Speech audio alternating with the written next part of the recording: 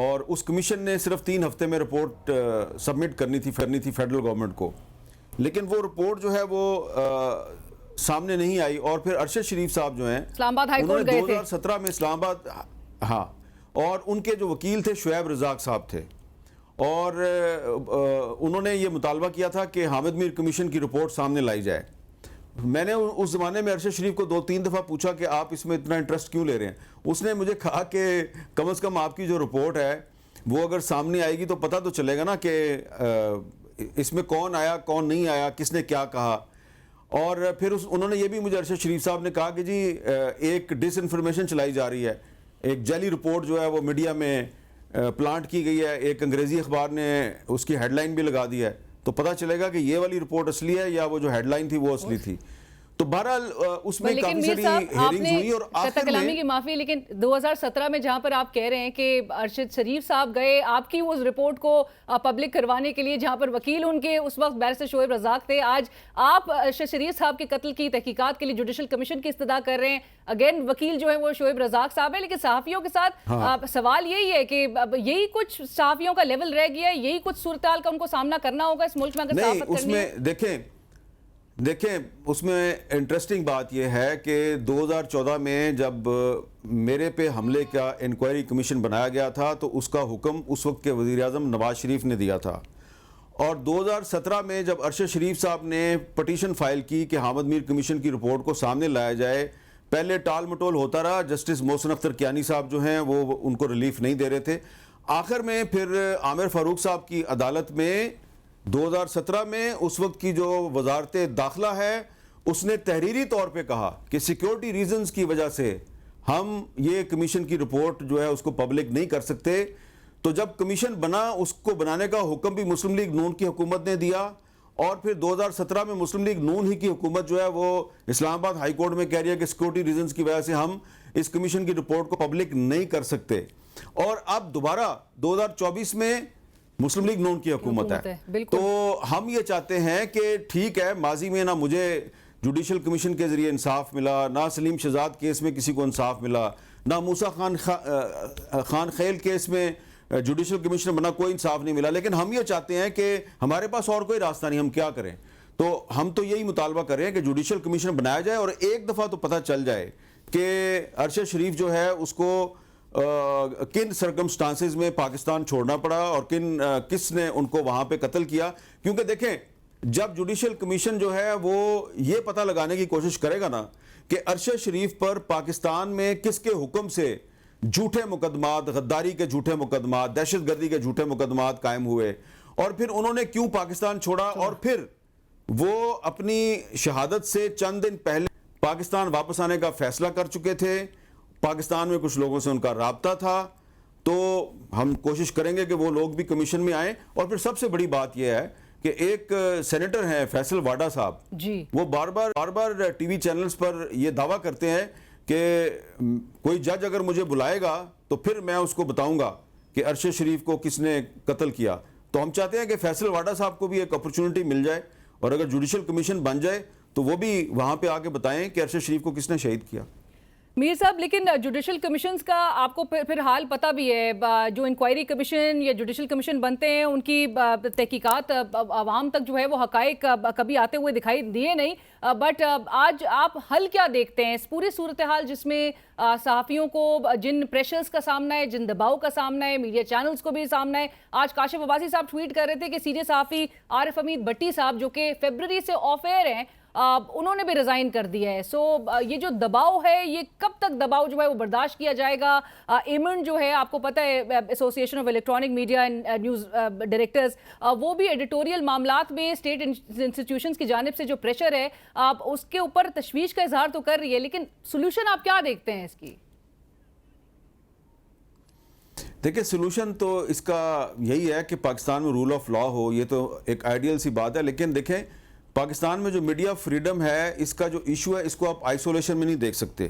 اگر اس وقت آپ اور میں ہی سمجھتے ہیں کہ پاکستان میں غیر اعلانیہ سینسرشپ بڑھ رہی ہے، صحافیوں پر دباؤ بڑھ رہا ہے، عارف حمید بھٹی کو آف ایئر کر دیا گیا ہے، عمران ریاض جو ہیں وہ آف ایئر ہیں، بہت سے اور بھی صحافی جو ہیں وہ بھی آف ایئر ہیں، اور کئی صحافیوں پر مقدمات قائم ہیں. ابھی فریڈم نیٹ ورک کی ایک رپورٹ آئی ہے, ابھی کل ہی آئی ہے, اور فریڈم نیٹ ورک جو ہے وہ پاکستان میں صحافیوں پر ہونے والے حملے اور ان کے خلاف جو مقدمات ہیں ان کو مانیٹر کرتا ہے. تو فریڈم نیٹ ورک نے کہا ہے کہ صرف اپریل 2024 میں صرف ایک مہینے میں 8 صحافی جو ہیں ان پر اسیسینیشن اٹیمپٹس ہوئی ہیں, اس میں سے 2 جو ہیں وہ زخمی ہوئے, اور وہ جو 8 اسیسینیشن اٹیمپٹ تھیں ان میں سے کم از کم 6 اٹیمپٹس میں ڈائریکٹلی یا انڈائریکٹلی ریاستی ادارے ملوث تھے. تو اس مسئلے کا جو حل ہے وہ رول آف لا ہے, اور رول آف لا ہر مسئلے کا حل ہم قرار تو دے دیتے ہیں لیکن نظر نہیں آتا ہمیں. اب اس کی وجہ کیا ہے؟ وجہ یہ ہے کہ جو میڈیا کی فریڈم ہے اس کو تحفظ کہاں سے ملے گا؟ اس کو تحفظ ملے گا جوڈیشری سے, اس کو تحفظ ملے گا پارلیمنٹ سے. لیکن جب آپ کی پارلیمنٹ ہی آپ کو آزاد نظر نہ آئے اور ایسا لگے کہ پارلیمنٹ بھی ہوسٹیج ہے, اور عدلیہ بھی انٹیمیڈیشن کی, اور جوڈیشری کے ججز جو ہیں وہ خود کہہ رہے ہیں جی ہمیں ہراس کیا جا رہا ہے, ہمارے بیڈ رومز میں کیمرے لگے ہوئے ہیں, ان کو بھی انصاف چاہیے, وہ بھی فریادی بنے ہوئے ہیں. تو اس میں پھر صحافی جو ہیں وہ کدھر جائیں؟ تو ہم یہی کر سکتے ہیں کہ جو موجودہ صورتحال ہے, جو کرنٹ سرکمسٹانسز ہیں, اس میں پارلیمنٹ کے اپنے مسائل ہیں, ایگزیکٹو کے اپنے مسائل ہیں, جوڈیشری کے اپنے مسائل ہیں, لیکن اس میں سے کوئی راستہ نکالنا ہے نا, تو راستہ تو یہی ہے جو کہ پاسٹ ایکسپیرینس یہی کہتا ہے کہ جوڈیشل کمیشن جو ہے اس سے کوئی فائدہ نہیں ہوتا, لیکن ہمارے پاس اور کوئی راستہ نہیں اس کے علاوہ کہ جوڈیشل کمیشن کا مطالبہ کریں. اور اگر ارشد شریف کیس میں جوڈیشل کمیشن بن جاتا ہے تو ہمیں یہ امید ہے, اور ہم نے بہت سے جو ارشد شریف کے دوست ہیں اور ہم میرے ساتھ جو کو پٹیشنر ہیں, کاشف عباسی صاحب بھی کو پٹیشنر ہیں, محمد مالک صاحب بھی کو پٹیشنر ہیں, اور بھی بہت سے صحافی جو ہیں وہ کو پٹیشنر ہیں. تو ہم پوری کوشش کریں گے کہ کمیشن میں ہم ایسی ایویڈنس سامنے رکھیں کہ کمیشن جو ہے وہ کوئی لاجیکل کنکلوژن نکالے, اور آئندہ سے کوئی اور صحافی جو ہے اس کو ارشد شریف جیسے انجام سے دوچار نہ ہونا پڑے. آمین. حامد میر صاحب, میں آج وزیر دفاع خواجہ آصف صاحب نے بھی ٹویٹ کیا اور آپ نے بیچ میں ذکر کیا تھا, کیونکہ نون لیگ بہت اس بات کو ہم دیکھتے ہیں کہ پری الیکشن فیز میں تو اس بات کو بڑا پلے کرتی ہے, while they play to the galleries, لیکن 3 بار حکمرانی کی ہوئی ہے اس ملک میں, 4تھی بار نواز شریف صاحب بھی وزیر اعظم بننے کے خواہش مند تھے, لیکن ساتھ ساتھ جو رویہ دیکھا گیا اوور آل حکمرانوں کا اور سیاستدانوں کا, جہاں پر جب آپ اپوزیشن میں ہوتے ہیں تب آپ صحافیوں کے گھر جا کے ان کی داد رسی کرتے ہیں, ان کو یقین دہانیاں کرائی جاتی ہیں, میڈیا کے ساتھ کھڑے رہنے کی جو ہے وہ بڑی یقین دہانیاں کرائی جا رہی ہوتی ہیں. اور آج حال یہ ہے کہ ایک بار پھر نون لیگ کے اس دور میں خواجہ آصف صاحب کہہ رہے ہیں کہ جو وفاقی حکومت ہے اس نے فیصلہ کر لیا ہے کہ یہ جو حساس اور خفیہ معلومات ہیں ان کی, وہ کہتے ہیں کہ غیر مجاز تشہیر, خاص طور پر سوشل میڈیا پلیٹ فارمز پر خفیہ دستاویزات, اگر اس کی کھلے عام نمائش کا انہوں نے سخت نوٹس لیا, اور وہ یہ کہہ رہے ہیں کہ جو آفیشل سیکرٹ ایکٹ 2023 ہے اس کے تحت مقدمات درج کیے جائیں گے جو خفیہ معلومات یا دستاویزات اگر سوشل میڈیا پر افشاں کی جائیں یا پھیلائی جائیں بال واسطہ یا بلا واسطہ, اور اگر اس میں کوئی افراد ملوث پائے جاتے ہیں تو اس کی جرم کی سزا بھی وہ کہہ رہے ہیں 2 سال قید اور جرمانے کی صورت میں بھگتنا ہوگی. آپ آنے والے دنوں میں, اور یہ آپ کو اس کا اطلاق الٹیمیٹلی صحافیوں پر ہی ہوتا ہوا نظر آ رہا ہے, صحافی ہی اس کے زد میں نظر آئیں گے, اور ایک بڑا سوشل میڈیا کریک ڈاؤن کا انہوں نے آلریڈی آپ کے سامنے ہے میر صاحب, ٹویٹر تو بند ہے, وزراء بھی VPN استعمال کر کے ٹویٹر استعمال کر رہے ہوتے ہیں, بٹ ایک کریک ڈاؤن کا آپ کو لگتا ہے کہ فیصلہ کر لیا گیا ہے؟ دیکھیں, کریک ڈاؤن تو میرے خیال ہے چل رہا ہے, ان اناؤنسڈ کریک ڈاؤن, ان اناؤنسڈ سینسرشپ تو چل رہی ہے, اور اس کی بہت سی جو ایویڈنس ہے وہ آپ کے سامنے موجود ہے. اور ایک میں آپ کو یاد دلانا چاہتا ہوں کہ 2016 میں جو اس وقت کی جو مسلم لیگ نون کی حکومت تھی اس نے پیکا ایکٹ منظور کیا تھا, اور ابھی مسلم لیگ نون کی حکومت ختم نہیں ہوئی تھی 2017-18 میں, تو وہ پیکا ایکٹ جو ہے وہ انہی کے ورکرز کے خلاف استعمال ہونا شروع ہو گیا, اور انہوں نے چیخو پکار شروع کر دی کہ یہ پیکا ایکٹ جو ہے اس کا غلط استعمال ہو رہا ہے. جب یہ 2016 میں بنا رہے تھے تو اس وقت ہم نے ان کو وارن کیا تھا کہ یہ آپ کے خلاف استعمال ہوگا, آپ اس کو اس طرح اندھا دھند منظور نہ کریں. پھر تحریک انصاف کی حکومت آئی تو تحریک انصاف کی حکومت جو ہے اس نے بھی 2021-2022 میں وہ جو مسلم لیگ نون کا بنایا ہوا پیکا ایکٹ ہے اس کو مزید سخت کیا, اور پیکا آرڈیننس کے نام سے انہوں نے آرڈیننس جاری کر دیا. اس کو ہم نے چیلنج کیا اسلام آباد ہائی کورٹ میں, اور جسٹس اطہر من اللہ اس وقت چیف جسٹس تھے, تو انہوں نے اس کا جو سیکشن 20 تھا اس کو سسپینڈ کیا, اور بعد میں پورے کا پورا آرڈیننس جو ہے اس کو انویلڈ قرار دے دیا تھا. تو دیکھیں, یہ کوئی بھی پارٹی ہو, مسلم لیگ نون ہو یا پاکستان تحریک انصاف ہو, یہ جب حکومت میں آتے ہیں تو یہ ان کو جو میڈیا کی فریڈم ہے وہ اچھی نہیں لگتی. آج کل جو تحریک انصاف ہے کیونکہ اپوزیشن میں ہے تو اس کو میڈیا کی فریڈم بڑی اچھی لگتی ہے. جب وہ حکومت میں تھے تو ان کو بھی اچھی نہیں لگتی تھی, اور جب اس وقت مسلم لیگ نون اپوزیشن میں تھی تو اسد طور پہ اور مطیع اللہ جان پر جب حملہ ہوتا تھا اور ابصار عالم صاحب پر حملہ ہوتا تھا تو یہ شہباز شریف صاحب اور مریم نواز صاحبہ جو ہیں یہ مجھے کہتے تھے کہ آئیے حامد میر صاحب ہم اسد طور صاحب کے گھر جانا چاہتے ہیں, آپ ہمیں لے کے چلیں. اور میں ان کو وہاں لے کے جاتا تھا, وہاں جا کے وہ ان کے ساتھ یکجہتی کا اظہار کرتے تھے کیونکہ اس وقت عمران خان صاحب تھے پرائم منسٹر.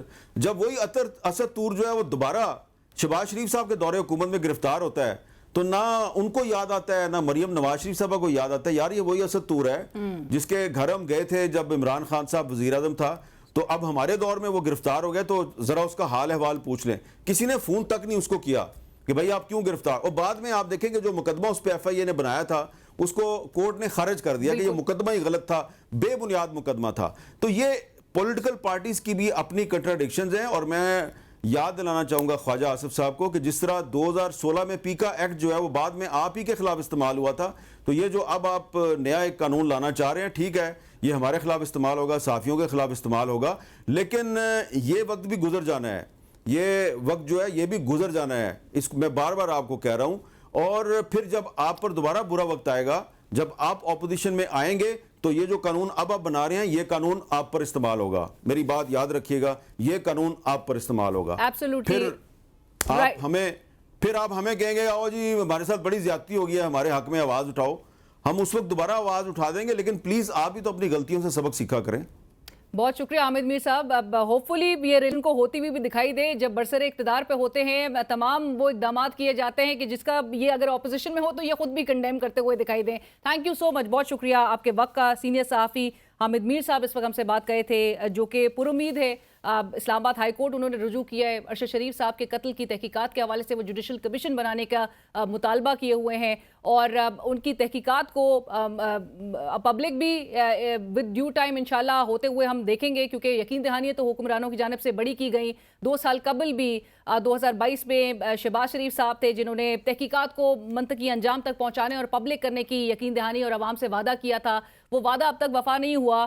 خود صحافیوں کو عدالتوں کو رجوع کرنا پڑ رہا ہے کہ تحقیقات کروائی جائیں, جوڈیشل کمیشن بنایا جائے. سپریم کورٹ میں بھی از خود نوٹس لیا گیا, لیکن حال یہ ہے کہ ارشد شریف صاحب کی والدہ تک ایف آئی آر بھی نہیں درج کروا سکیں. سو امید کی جاتی ہے کہ حالات جو ہیں صحافیوں کے لیے ملک میں بہتر ہوتے ہوئے دکھائی دیں, جس کے آثار نظر نہیں آ رہے. اور حامد میر صاحب نے جس طرح سے کہا کہ ایک ان اناؤنسڈ کریک ڈاؤن آلریڈی اس وقت جاری ہے, لیکن حکمرانوں کو اس وقت سبق لینے کی ضرورت ہے کہ ماضی میں جو آپ نے اقدامات کیے وہ آخر میں آپ کو ہی گلے کو آئے ہیں. سو لہٰذا اس قسم کے کوئی فیصلے نہ کریں کہ جس سے اگرچہ آپ کا نشانے پر صحافی ہیں لیکن اس کا الٹ جو ہے ایک ریاکشن آپ کو ہی اس کے کانسیکوینسز بیئر کرنا پڑیں. پروگرام کی ٹیم ملینا شگری کو اجازت دیجیے. اللہ حافظ.